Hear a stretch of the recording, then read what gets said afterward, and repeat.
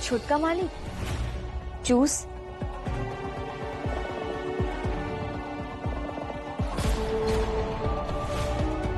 बहुत काम के होला इन नींद के गोली, जिंदा इंसान के भी मुर्दा बना देवेला।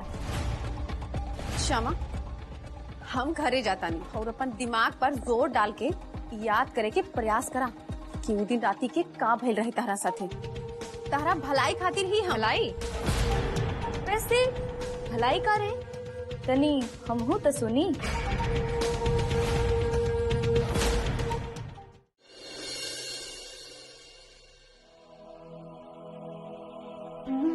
आराम से, बस हो गई, शाबाश। एक चम्मच और, हाँ, एक और। हो गई, हो गई।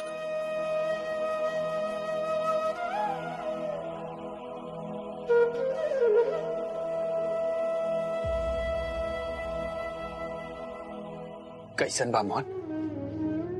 ठीक तो होके के पड़ी क्षमा हाली से, कहे खातिर की कदम से कदम मिला के हाथ में हाथ डाल के ये जन्म ना 7 जन्म तक चले के बा। श्यामा निखिल जा बन के कहीं हाथ तो न छोड़ दे आप हमार मुसीबत में। दिशा अपन दिशा बदल सकेल, लेकिन ये हाथ न छूटी कब्बो।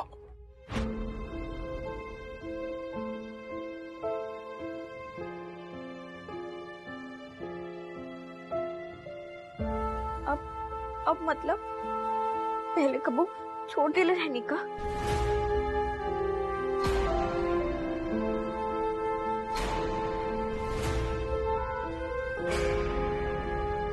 गलती हो गई रही, बहुत बड़ गलती। वैसे का भइल रहे हमरा? कुछ ना श्यामा, बस आप पलंग से गिर गल रही और तनी से चोट आई बा। सब ठीक हो जाए बहुत जल्दी।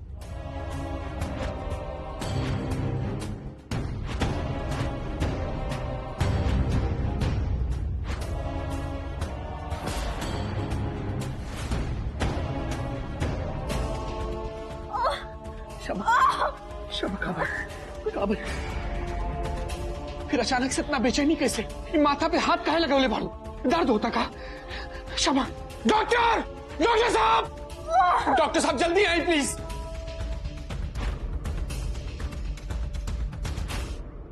क्षमा, आराम से।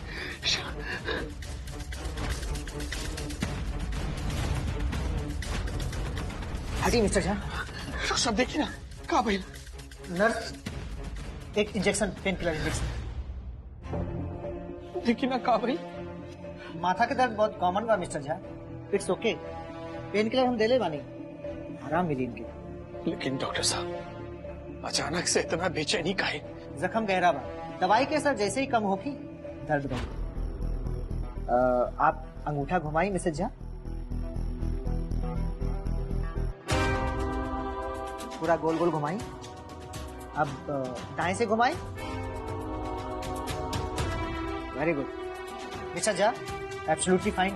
भगवान की कृपा से इनके सारे टेस्ट की रिपोर्ट सब नेगेटिव बा, चिंता के रत्ती भर भी कारण नहीं थे। She is doing good. सच्ची डॉक्टर साहब, thank you so much. It's okay mister Jha. Nurse देखिए,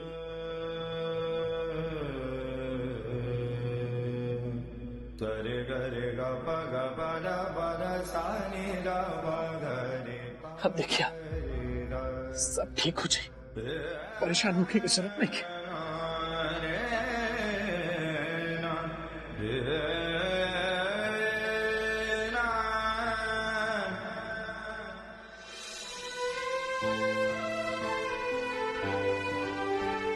क्षमा, अब तनी देर आराम कर ले, अपन आंख बंद करें, बंद कर ले, सोच जाए।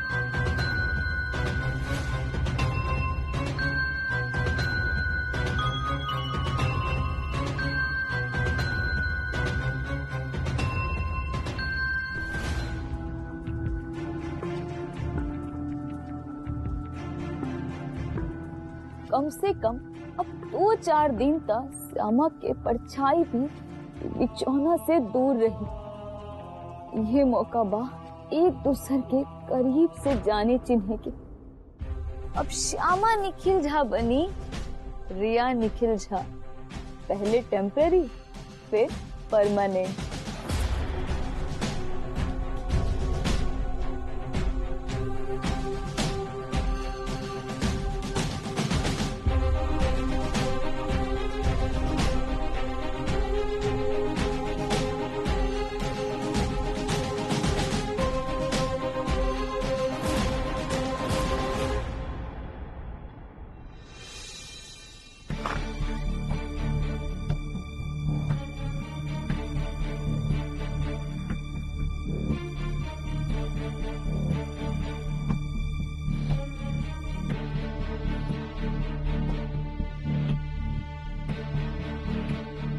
निखिल, छुटकी दुल्हन कैसन बिया? श्यामा के भैल का डॉक्टर का काले माई शॉर्ट टर्म मेमोरी लॉस।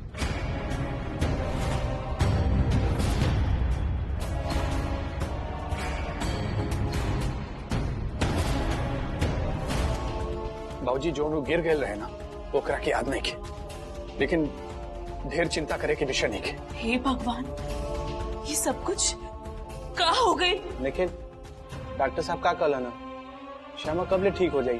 भैया डॉक्टर साहब समय तो न बतौले, लेकिन ठीक हो जाए। ये बहुत बा। अब माई बाबूजी आप लोग जाइए और रेस्ट करके आए, रात तो आंखी में ही कट गई। निखिल, तोरा ढेर काबिल बने के कोनो जरूरी नहीं की। तू जा घरे जाके आराम करा, हम यहाँ रुकब। माई काले रानी हूँ तोरा पहले ही काले रानी हूँ कि हम श्यामा के लेके ही एजा से बाहर निकलब। तू जा जाके आराम कर, जा। माई कितना जिद्दी हो गई बनी, अभी आपकी भी तबीयत खराब हो जाए, नया झमेला खड़ा हो जाए। हम कहते नहीं जाई, रेस्ट करके आई। निखिल, एक मिनट, ना तू जेबू ना निखिल जाई। ऐसा करा कि तू दोनों हमरा संगे चला, नहा धो के कपड़ा लत्ता बदल के आ जाइया, तले मजली दुल्हन रह जाई। माया, वो अकेले? अकेले माने भूत धली का हमरा?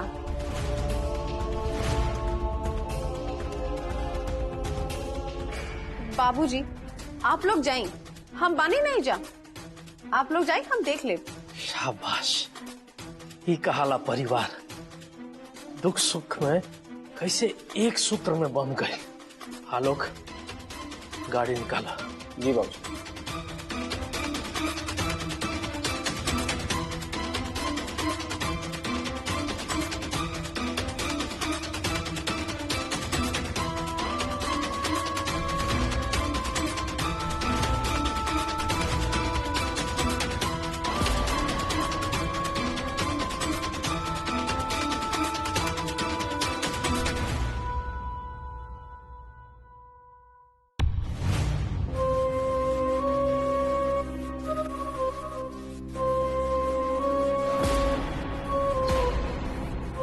बेचारी ऐसन जिंदगी से निम्मन त मौत ही रहे, लेकिन ई लड़की भी क्रिया खैले बिया, इतना आसानी से ना मरी।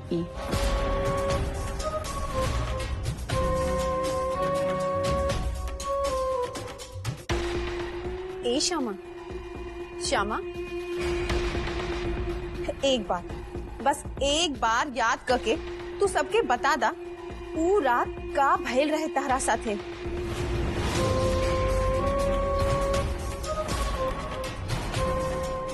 याद करा श्यामा, लेकिन एकरा तक कुछ याद ही नहीं थे। कैसे बताई और कैसे याद दिलाई? कैसे? श्यामा, मरे की तो तारा ऐसे भी बाकी बाकी।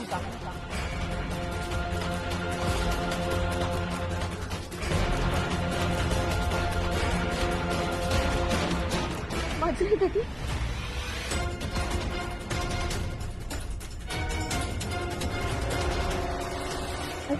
कैसन बाडू श्यामा?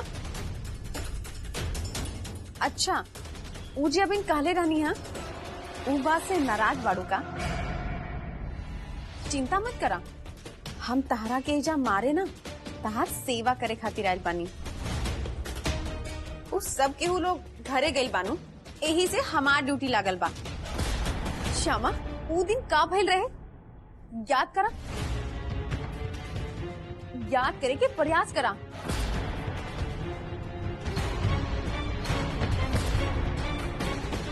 श्यामा, याद करा, ऊ दिन निखिल के साथे तहार लड़ाई भइल रहे।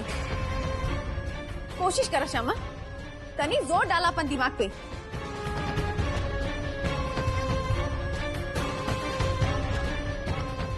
ओकरा बाद ऊ गेस्ट रूम में चल गए रहे सूते खातिर।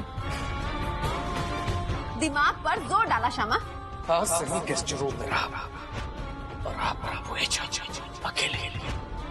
ओकरा बाद तहार रूम में क्या आयल रहे श्यामा, याद करा। माथा दुखाता हमार। अरे वो ठीक हो जाई, तू बस घटना याद करा। का भइल रहे? छोड़ के हमरा मत लेके श्यामा, बस तनी सन और बस तनी से जोर डाला अपन दिमाग पे, याद करा। माथा फटल जाता हमार। केहू आयल रहे का तहार रूम में? याद नहीं क्या होता हमरा, मुझे याद नहीं क्या होता। की आयल रहे? याद करा। उ दिन का भइल रहे श्यामा? निखिल के गैला के बाद की आयल रहे तहार रूम में? याद करा, का भइल रहे उ दिन? बस करी हटली दीदी, बस करे। दर्द से माथा फटल जाता हमारा, दर्द बर्दाश्त नहीं क्या होता हमरा से। ये नौटंकी बाज, बेसी तमाशा बंद करा, याद करा। का होता ही?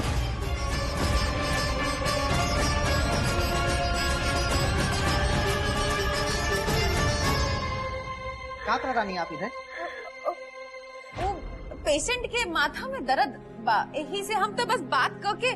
बात की जरूरत नहीं है, इनके आराम की जरूरत बा। छोड़े प्लीज। दवाई दे। बस दे दी। आप बाहर वेट करिए प्लीज। जाएं।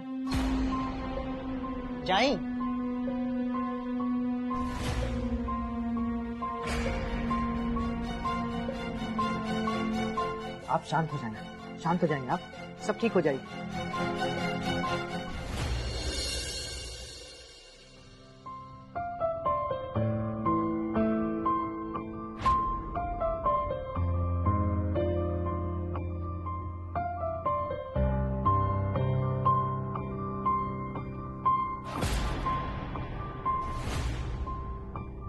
छुटका मालिक, juice. No thanks,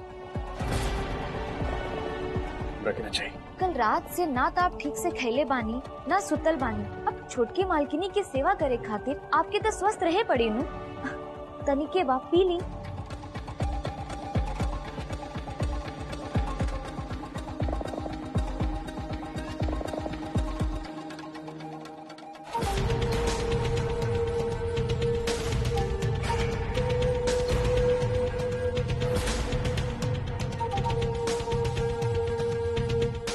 thank you so much. आप रहे दी, हम सड़िया देता नहीं। ना एक जरूरत नहीं है। हमार जरूरी था, डेक डेक पर पड़ी आपके।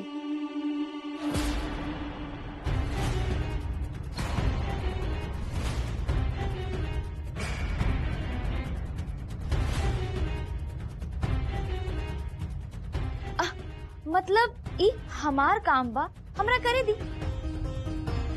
आप तनी आराम कर ली। ठीक भाई, टॉवल भी रख दी।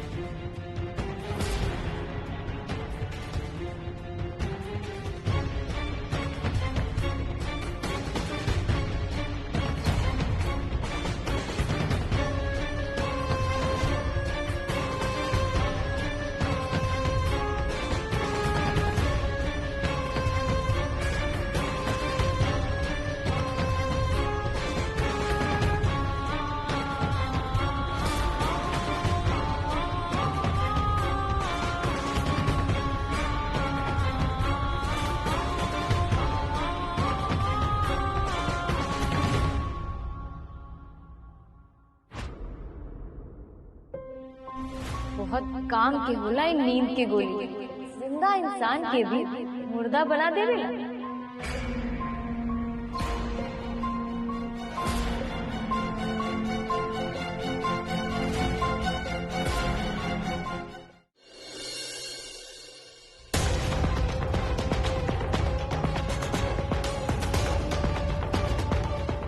बहुत देर हो गई, अभी तक आईली नहीं। साफ नौकरानी बुझले लबाई लोग का हमरा। अरे जेकरा जान लेवे खातिर हमार प्राण जरता ओकरे रेख देख करत बानी हम। घोर कलयुग बाई।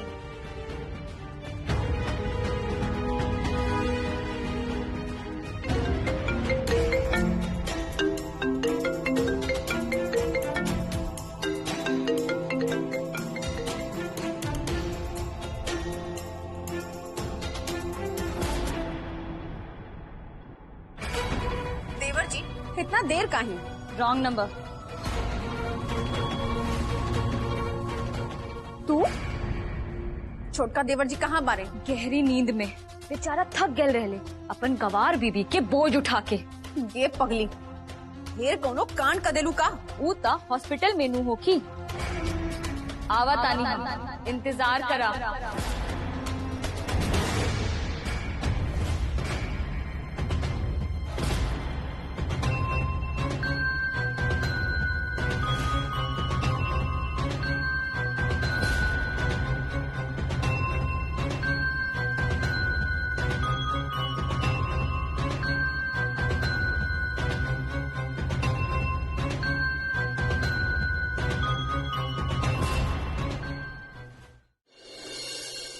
तू का करे जेबू अस्पताल? धार का हो जा काम? सेवा घर चाहे हॉस्पिटल, काम तो इहे बानू मालिक। हमरा भी छोटकी मलकिनी के देखे के अधिकार बा। एक मौका दी हमरा। आप लोग आराम करी। कल से केहू ना एक नींद सुतल बाड़न, ना ता दुख और चैन से मुंह में गइल बा। देखी ता आप दोनों की आँख कितना लाल बा। और मंझली मलकिनी भी ओझा परेशान होखी। छोटका मालिक का तो होश ही नहीं के, इतना नींद सवार रहे आँख में। कैसे रही होश? शरीर के भी रेस्ट चाहिए कि ना? लेकिन ममता केहू तो अपना घर के वजह रहे के चाहिए नु। बस 2-4 घंटा के ही तो बात बा। एकदम ठीक कहती आऊ, जाए दी ओकरा। और वैसे भी अभी का निर्मला हमने के परिवार के हिस्सा नहीं खे। ठीक बा निर्मला, तो अपन आँख कान और दिमाग के खुला रखिया, ठीक नो? जी।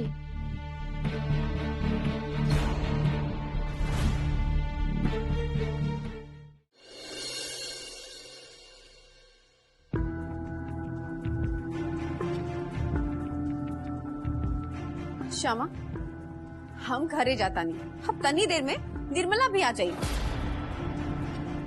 बुझाता फिर भी से गईली लेकी। श्यामा हम बानी। माया मंजली दीदी हमरा मालूम बा, लेकिन निर्मला काहे ई अपने कहाँ बारे? काम के बाद तहरा ऐसे ही याद आ जाई तब नू। सूतल बाड़े तहार अपने, थक के शरीर टूट गइल बा सबकर। सब केहू आराम कर रहल बा। अब तू आराम करा और अपन दिमाग पर जोर डाल के याद करे के प्रयास करा कि उस दिन राती के का भइल रही तहरा साथे। तहरा भलाई खातिर ही भलाई?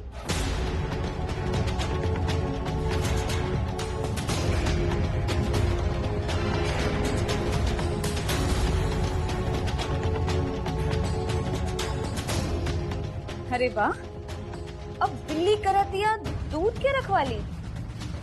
वैसे भलाई का रे तनी हम हो तो सुनी।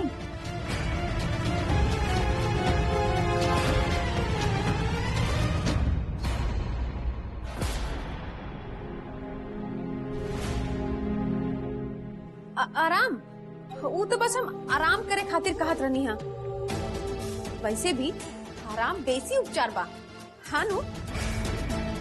ना मंजली दीदी, बिसर गई नी का आप?